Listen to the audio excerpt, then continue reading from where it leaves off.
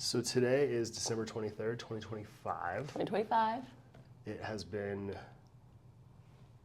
what, one of your best years? Yeah, one of my best year. It's probably been my best fourth quarter. Yes, my years get better and better. It's hard to fathom it getting better, but I know it will, despite what we'll talk about today. So we're going to talk about our 2026 predictions, because depending on who you talk to, it might be somebody's best year, Yeah. and it might be somebody's worst year, Yep. and it might be a buyer or seller's best or worst year too. Uh-huh.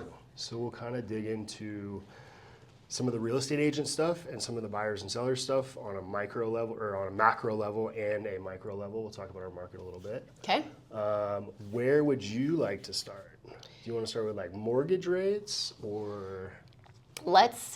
I would say, let's talk about the difference of agents potentially having their worst year ever and agents potentially having their best year ever.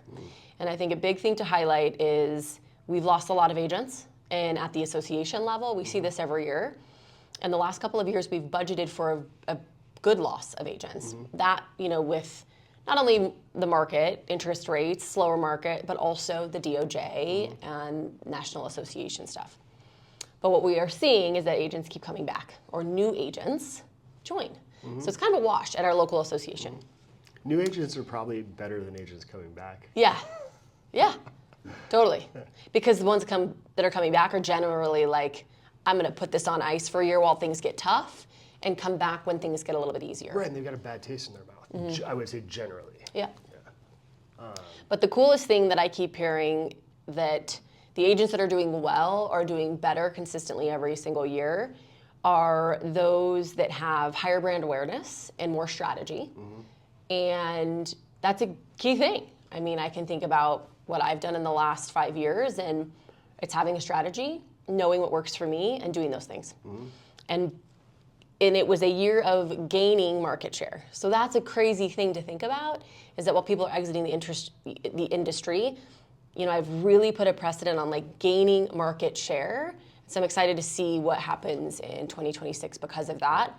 And you and I doing a lot of stuff to increase that brand awareness, to gain the market share with knowledge, because people trust what we are bringing to the table. Right, and so what you're talking about, to really break it down even further, is those agents exiting are leaving their market share, so there's more market share to pick up for us as agents that are still in the market. Yeah, no doubt. Yeah. So a question, I was going to actually ask this, which is kind of funny that we started here. What do you think agents next year need to do to stay ahead? And I'll answer it too.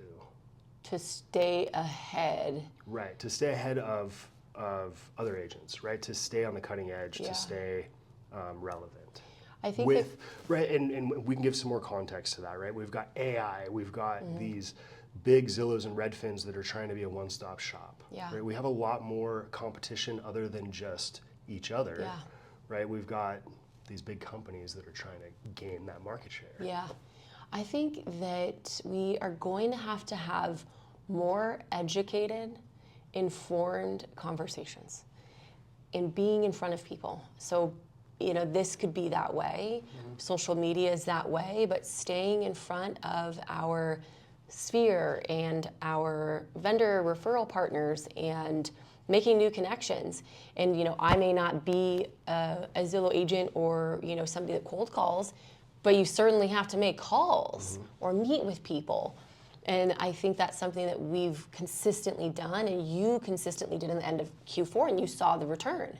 So whatever that looks like for you, if that is the cold calls, if that is the online leads, and maybe we'll start doing that in 2026.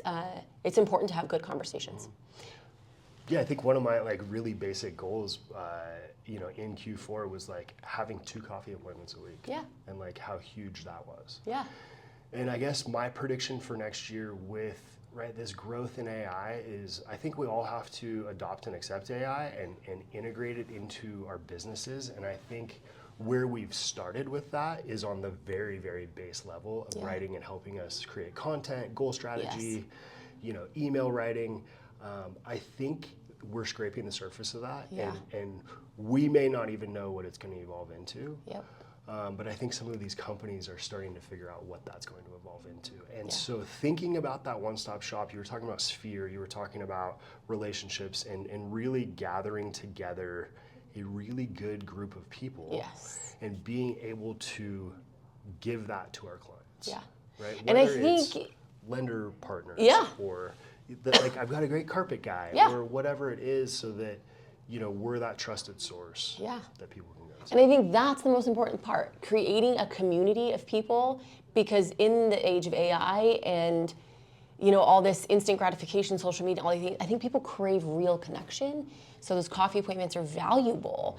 And one of my goals, and this, is to create a community of people that want more in self-work or coaching, and not in just the realm of business coaching, which I think is great, but I think soul and mindset coaching and those things. And I think having that community for me, because I know how valuable it is for me and how important it's been to my success, to really create that group. And so, maybe giving away some other tasks that aren't the best use of our time. And that's a big, I'm a control freak, so that's hard.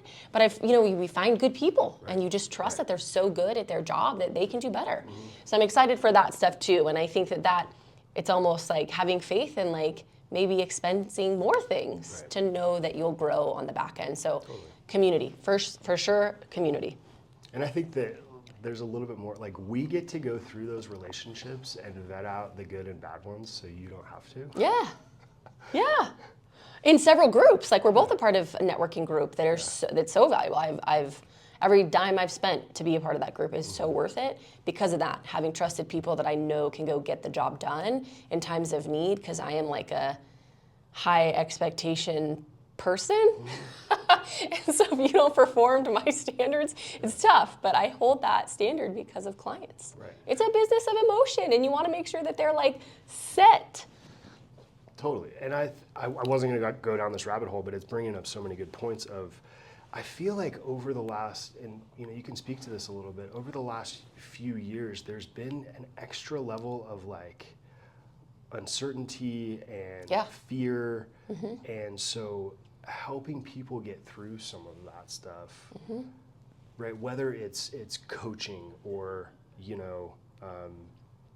convenience. Right? And how do we create that trust, right? And I think that's part of that prediction that I'm talking about, is like creating that trust for that client that's coming in. Yeah, for sure. And I think that we're so much more than, of course, being knowledgeable. And I think that between you and I, we have experience and knowledge that's helped our clients, absolutely.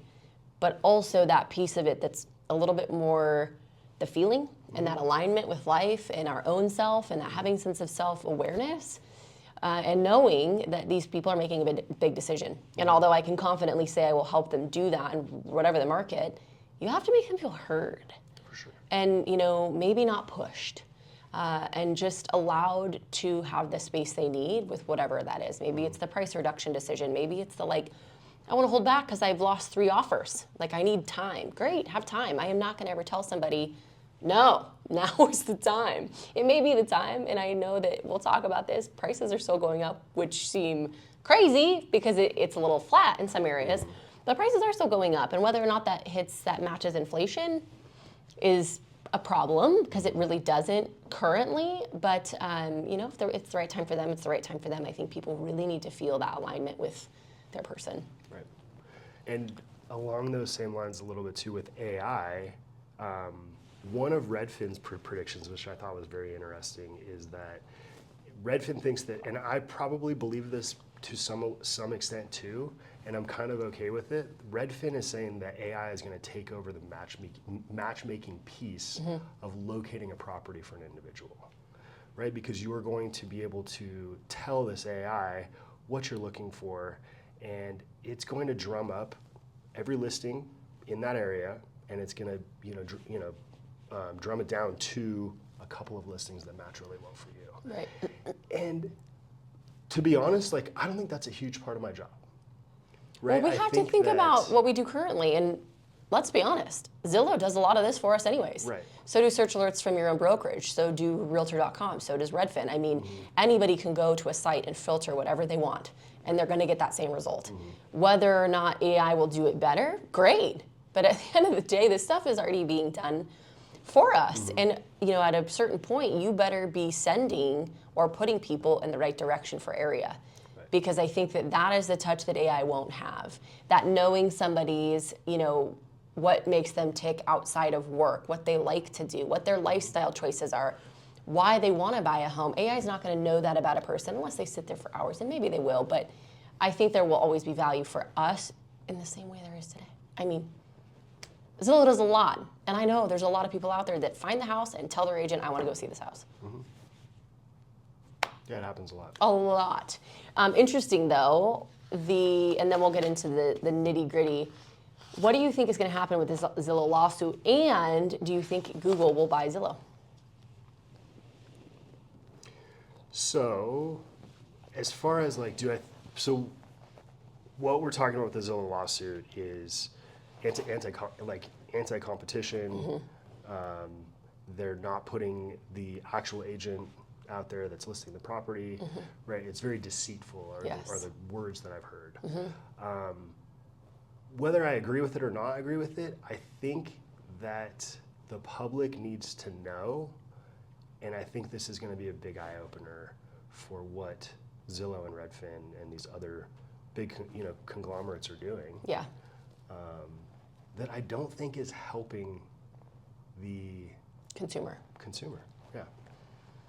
Yeah. I don't know that answered your question. Well, no, and I think it's yet to be seen, and obviously, this doesn't bother me either which way. I think Zillow's done a fantastic job being the number one place where they can collect data on the real estate industry.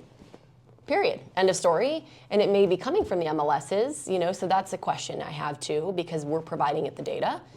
But either which way how this shakes out, I don't really care, and I don't really have an opinion. It's going to be interesting.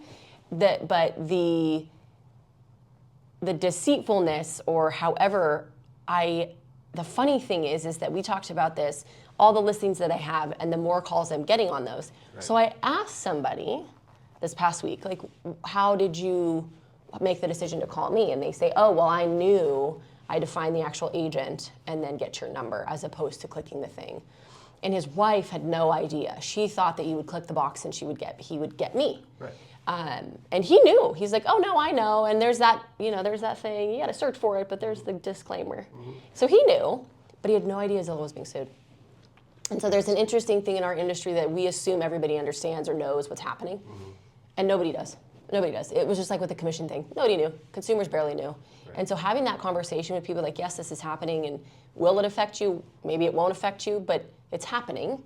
And I think it's a big thing for us just to have knowledge of. Right. And I think at the end of the day, you and I agree wholeheartedly that it's whatever's best for the consumer. Yeah. I want people to be able to contact me. Right. And if they have to go an extra step in order to be able to find that, there's a clear attempt to not find the agent. And I think we all know that. Even if our phone number, because our name and information is on every single listing on Zillow. Yep. And my thing is well, what if our phone number was clickable?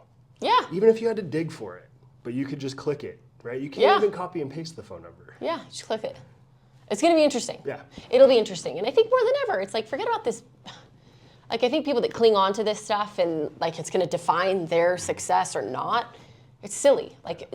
It's silly. Focus on your people, your community, and how you do business well. I think what you were saying though, and when I brought that question to you of, are people sign calling or trying to reach out more directly to the agent, is a good sign of the times, right? We have a consumer that has more information readily available. Yeah. And I would even say that, not that the consumer was ever dumb, because I don't believe that for 1 minute, but I think we have a smarter consumer, right? Yeah. Just because they have more information readily available to them. For sure, and I think AI would help that, right? So instead of being this is the house, maybe AI will help give indicators on this is the agent that would more align with what you're looking for. And for me, that's huge. I think that that's a great focus to have this year, because what can we control? How we present to the public, how we use those tools. And that's a big opportunity. I got a question along lawsuits. Do you think we'll see anything with NAR and MLS? more specifically, not necessarily a lawsuit, but do you think that we will get to a place where NAR will release control of the MLS? Well, as they should. I mean, and I think certain areas they've already have, and They've started that over the last 2 years. Yeah, and who knows? I think there's a lot of TBD on this stuff. I don't know. I think for me at this point, like, I just don't. Doesn't matter to you. It doesn't matter to me. No, it does not matter to me. But I think. But it is. It will be interesting. It will help the consumer if the individual MLS can do what the membership wants it to do. Yes. For the consumer. Yeah, for sure. And it should be treated as a very valuable commodity, MLS, because that's where the data is. Right. And so, however it should be treated as such. It's a big deal. It's a big deal. So TBD. But I'm also in the camp of the association is a value. I mean, I always will be. I think that there is an extreme value. I think that, you know, it is my hope over the next several years as I become more involved to become president, that I make it seem that way to more folks, because I didn't understand it until I was in it. I didn't see the value until I was in it. And there is an extreme amount of value, especially in the advocacy realm, that I don't think average agents know just because they've never been told. And not average isn't average, just like, you know, you're a day-to-day agent that may not be involved in the association. They don't know. And so it's unfair for us to say everybody feels this way for a specific reason. I think they need to understand the value. So I'm hoping to get, you know, less of the popularity contest and more of the like outlying agents that are maybe kicking ass. The right person for the job. Yeah, and like that maybe you're kicking ass that can really, you know, add value to what we do that aren't being heard because they don't maybe want to be, and maybe they're too busy or whatever. But I think it's really important. So that's just my 2 cents on that. But yeah, lots to unpack there. Maybe not today. Let's transition out of agents. So kind of along the same question, what do buyers and sellers need to do next year to stay ahead? Well, in our market, it's kind of interesting right now because like what we're seeing with values. Okay, so in the question that we were talking about beforehand, kind of in preparation for this, was have our values stayed flat? Have they gone down? Or have they actually appreciated? And I think that this is going to be a shock to everybody, that in 2025, we did see value appreciation, which is crazy. I was kind of shocked.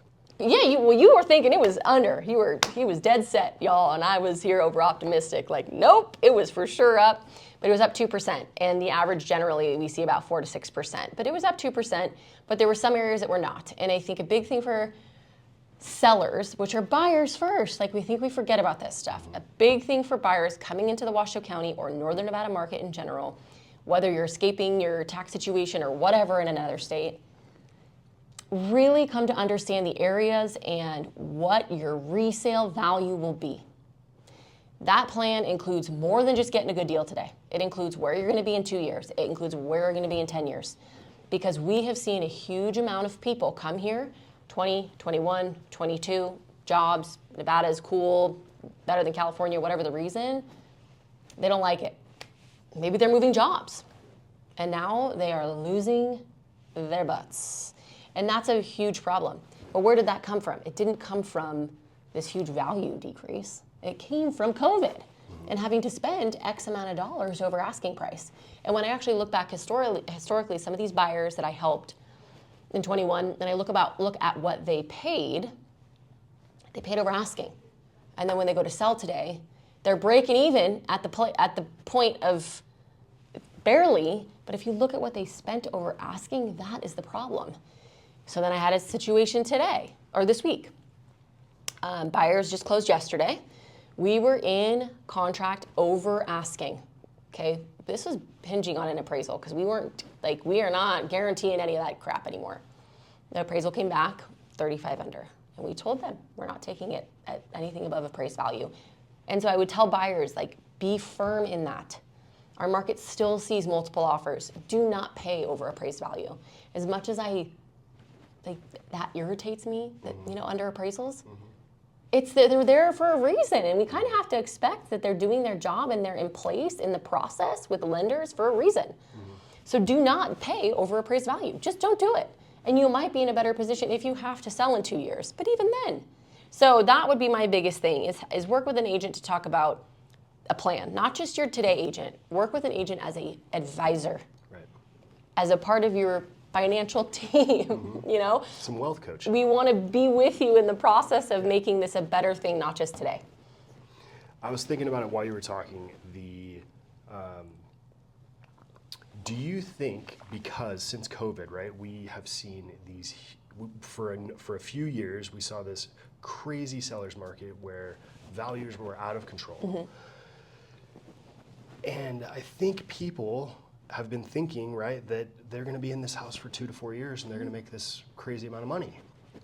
And, you know, prior to COVID, we saw people on average staying in their homes 7 to 10 years. Yeah. Since COVID, it's probably dropped pretty significantly. Yeah, I would say like 2 to 5. Do you think we'll go back? Do you think that pricing will force people to go back to a longer stay in that house? No, because if what they're saying about this lock-in effect is true, which it is, like we see that, but clearly it's not, because people are leaving these houses with their really good interest rate. So I think we all have to remember that life decisions, life occurrences, whatever that's happening, divorce, death, whatever, babies, that whole thing, that's dictating far more than an interest rate. And it always will. And so in a declining market, as far as sales being down, those factors in your life changes will still play a huge role in the market. And no, I don't think that will change. I think if we were going to see that change, it would have been now, based on those really good rates and those really good payments. People didn't want to leave. Well, and that brings up, I mean, people are still job hopping, right? Yeah. They're not staying in these jobs for very long. No, and I think we see that a lot here, because Nevada is getting a lot of good jobs on the USA Parkway. So we see that, but they're transient jobs sometimes, because a lot of this lithium stuff, you know, I think people can come in and out of engineering going back to different areas. And so I see a lot of my relocation clients leaving. They're going back to Michigan, and it's interesting where they go back. California even, because I think California had that pullback for people to come back into the office and kind of figure out their working model. But it is interesting being in a place with job growth. I think we also see that move around. So let's talk about, okay, so the appreciation. So what we were at was 2%. In 2025. For Washoe County? For the nation. Oh, as a whole. Excuse me. Yep, yes. As a whole. And then really diving down into our local areas, you know, Ben, I think, had a valid, you know, feeling, is that it felt like we were down. You see a lot of reductions. You see a lot of sellers like delisting. But really, we weren't. And it was very minuscule. Like Washoe County still saw an improvement of 0.5% in value, which is still on the positive. An interesting thing for myself was Carson City saw an appreciation of just that, 1.9, 2%. So they're right on the money. And then our outer lying areas, like Lyon County, were just about that as well. It was like 1.7. But Fernley specifically was up over that 2%. Dayton was flat. But it's interesting in some of our other areas that may be more affordable, people went to a little bit more. And you know, we felt that, because I had a lot more business in our rural areas for a variety of reasons, but yeah, it was more affordable. So that's interesting. So our market matches that 2%, pretty spot on. Do you think we'll be up or down from that 2% next year? I think we will be up. I would agree with that. Yep. How much? I don't know. I would like to see it closer to 4%. That's what I'll stick with. Okay. We had, what about values, right? So Washoe County saw values at right around 585. Yeah. Yeah. So 585,000 was the median, and then Carson City was 540, which is crazy to me too. That went up so much more, or not so much more, but it's getting more in line with Washoe County, which historically we saw it a lot less, and I think as the years progress, it's becoming more aligned. Douglas is higher. Douglas is much higher sometimes because of Genoa and some of these other outer-lying areas that have really big properties. And I think Our rural areas will come up as well, maybe even more. But I don't know. I think that, I mean, if you go along the 4%, Washoe County, I mean, what would that be? Closer to 6? Which wouldn't surprise me. I would think that that's a fair guess. And what do you think will drive pricing? Is it going to be more relocation? Is it going to be more affordability? Is it going to be wage growth? Probably wage growth in jobs. And that's what I've been hanging on to because I see it most in my business. I also see a lot of my business in this escaping California. I think we all do, but I really see that a lot. And I think that we really have to watch California. And I'm talking legislatively. If that wealth tax passes, this is a huge thing for people to keep an eye on. If the wealth tax passes and they're going to tax people 5% on their net wealth, we will see a migration to Nevada like we have never seen, in my opinion.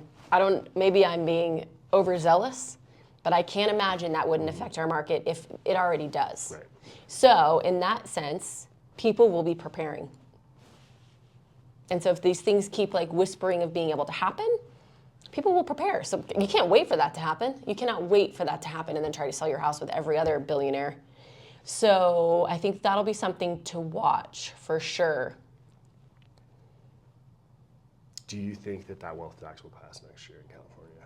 Yeah, I've been shocked. It's like you think that things couldn't get crazier, and they always do. So I think there's a shot. Just like I've talked about the Maui legislative with the short-term rentals. This is not something that we are removed from. Not even close. We live in an area with tourism. It will come down the line. I mean, we already fight it at the advocacy that I was talking about. We already fight it in our local associations. If it will be the same, maybe not. It'll be a form of it. But yeah, I think we always have to just pay attention to what's happening in our similar markets, which is crazy to think that Nevada is becoming a similar market to Nevada and Hawaii, but it is, and I think that people couldn't have guessed that our median price would go up this high. Locals, we hear it all the time. It's a huge problem because it used to be an affordable state and now it really isn't. Right, and that's why we're seeing such big price appreciation in these rural areas. Yeah. Because it's forcing our services to have to move out of the area. Yes, yeah, interesting. Which would go along with, I'm kind of forecasting that we will see rents go up next year. Currently, today, we are seeing rents go down. Yes, like the lowest they've been in 5 years. So you're thinking they're going to go up compared to this year or back onto par of the 5 years? I think they're going to go, well, year over year, I think we're going to see them go up next year. Because if we're going to see price growth in homes, I think we have to see price growth in rentals. Do we? Because we really haven't. And interest rates have made it next to impossible to... Yes, however, if we still continue to get, right, because even if wages outpace home price growth, right, it's still not on par with where wages need to be affordable. Yeah. So if we see price growth, we would probably see people having to rent more because it's becoming more unaffordable. And so if we have more demand for rent, I would see rents going up next year. But then factor in the extreme amount of development we've had for apartments. So I think supply is just too much at this point. We see it everywhere. Mm-hmm. So you think rents will go down next year? I think they will continue to go down. Interesting. Okay, we'll see. Yeah. I like it. Okay. What about mortgage rates? So the average for this year was 6.6, but we're currently at like 6.35. Yeah, 6.3, 6.35. 6.3. I think that the trend is that they'll come down. I would say the average, that's the tough thing about the whole year. Because even if we led into 2026 at that 6.3 and stayed there for a long time. Because Redfin's predicting that 6.3 for next year. Interesting. So not much change. Down year over year, But not much but change. not significant change for these buyers and sellers. You know what? It affects both. I think that they'll come down below 6 on average. I think it'd be 5.9. It's going to be high, but I think we'll get there. Yeah, I think we'll come down as well. I think it would be safe to say in that high 5s. Yeah. Because there was a time when we were getting people, and we still are getting people into 5.8, 5.875. Yeah. Oh yeah.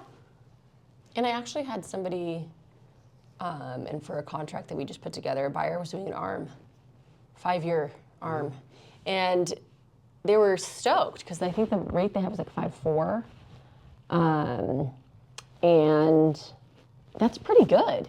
And having confidence that in 5 years they're going to be able to refinance into something that's similar or better. Right. So that's a promising thing. I always like the optimism in the industry.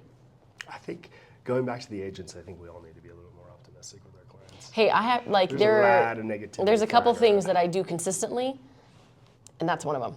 And I surely, when there are bad moments or when you see like more negative stuff, I never let it bleed into my clients because they don't need that. They come to us for the honest truth, which you can still give optimistically because that's the history of real estate as an asset. You just got to make the most informed decision, but yes, optimism. Real estate, people are always buying and selling real estate. Always.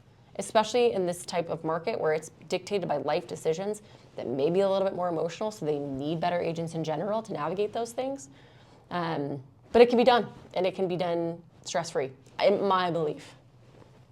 Last prediction, and then I want you to start thinking about if you have a crazy prediction for next year. But last prediction would be, do you think we will be in a buyer's or seller's market next year? Who will dominate the market?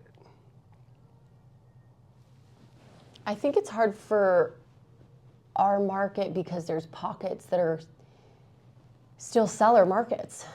And I think if you've got a really good strategy, with your agent as a seller, it will be in your favor, especially with these certain areas and move-in ready. I mean, it's a lot of seller markets still.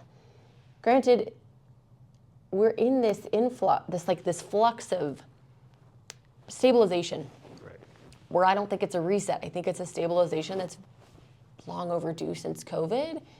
And if you've priced your home at what you thought our market was doing and has been doing since COVID, you priced incorrectly. Sorry. If your home is sitting, it's incorrectly priced, and that's a bummer. And we have that struggle with people, and I want to get you the money for your house, but unfortunately the market dictates that. Right. So I think that the stabilization will continue. I think that if you have a strategy, you'll be in the money as a seller. And if you're a buyer, there's great opportunities. I think it's a good opportunity. The best opportunity for buyers that we've had since before COVID. Like, holy moly, we were talking about the Arrow Creek market. If you're looking in the luxury market, now is the time. I will say it until I am like blue in the face. If you're looking at that, it is the time. Because there are so many options that you can get a good deal that I know sellers are willing because they have equity. It just has to make sense for both parties. Like, it's the time. And, reach out to us. I love seller financing. Like, I think that there's a lot of opportunities for that in the luxury market. So, yeah, buyer's market for that price point for sure. Yeah. I think, and I will say this, right, this has nothing to do with my 2026 prediction. However, there's always opportunity for both sides. And I'm going to speak to buyers because I think buyers have gotten beaten up for a long time. Yeah. Right? And we're starting to see, like I said, the most opportunity. However, what you said earlier on in the podcast was that there's always life events, whether it's divorce, financial, death, whatever it is, and there's always those people in our market that are trying to sell. Yeah. And there's people that need to get out. Yeah. And so there's always opportunity, and it's having somebody that is on your side that can help you find those opportunities. Yeah, for sure, 100%. Yep. So what is your prediction? I think I agree with a lot of what you said, and I think that right now, we are in a buyer's market, which I think because we've seen the most opportunity. right? It's still very difficult for buyers. And I think that's why it's so unaffordable. Yeah. Right? It's so difficult for buyers to get in. I think if they can afford it, right now is a great time. And I think that we're going to have an opportunity over the next 4 to 6 months with that same opportunity before we start to see those prices kind of stabilize with maybe an uptick. So I think that we're going to be in a buyer's market for the first half of the year, and then I don't really know what the second half's going to look like. That's not how this works, Ben. Because we've got midterms coming up, right? There's a lot of political stuff that we have, coming down the pipe, right? We've got Powell coming out in March next year. We've got the Trump administration saying that whoever Trump puts in, points to that seat, they're going to cut 1% right out the gate. So, right, if those types of things happen and we get to a significant drop in an interest rate, which I don't know if I see happening or not, but it could. It could. Right? There's a possibility for it. Then we see price growth. Yeah. And we see a seller's market. For sure. And hopefully not extreme over-asking price situations. I would love to see it not go extreme in either way. Yeah, for sure. I think some stabilization would be good. We need it. We need it. We need it. So okay. Do you have a crazy prediction for next year? I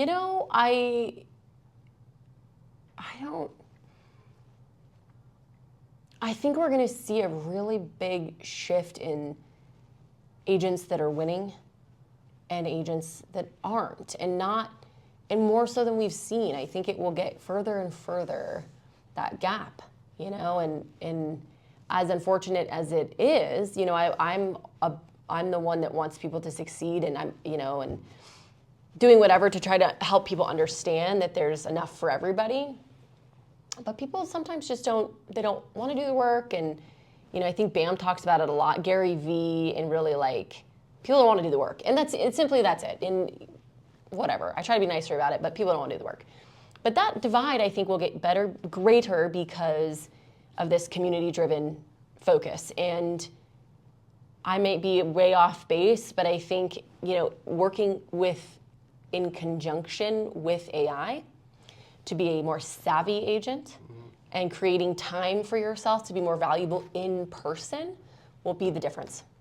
And maybe that's because it's how I thrive as a human, but that's my big prediction. People that are creating that community and sense of something outside of just the business are going to be the most valuable agents there. I like it. What about you? I think, unfortunately, I'm going to go a little political with this. I think we're going to see even more of a divide next year with, and I'm going to call it negativity and positivity. Yeah, for sure. And where I would love to sit here and say I think we're going to be, positive Nancy's, I think that those that are and can exude that are going to be those that win. Yeah. And I'm not just talking about agents. I'm talking about buyers and sellers as well. For sure. Because I've seen people in life. Right. I've seen those that are so happy and grateful to get into their home, and I've seen those that rush the process and can't wait to get out. Yeah. And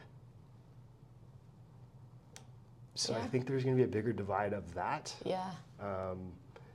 I don't know what that's going to do to our market, but I think it's going to affect the agents more than it's going to affect those buyers and sellers. Yeah. Yeah, for sure. Yeah, I think ultimately,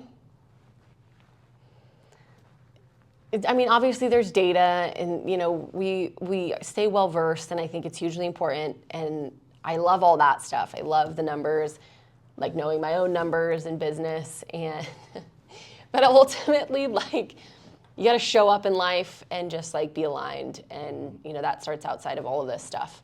Right. And I think that we need more of that in life, and maybe that's my selfish, attempt to try to create that community that I so believe that people need, that connectivity to more than just this really heavy 3D shit we deal with every single day. Right. It's more abstract and getting spiritual and having faith that this stuff is going to work out.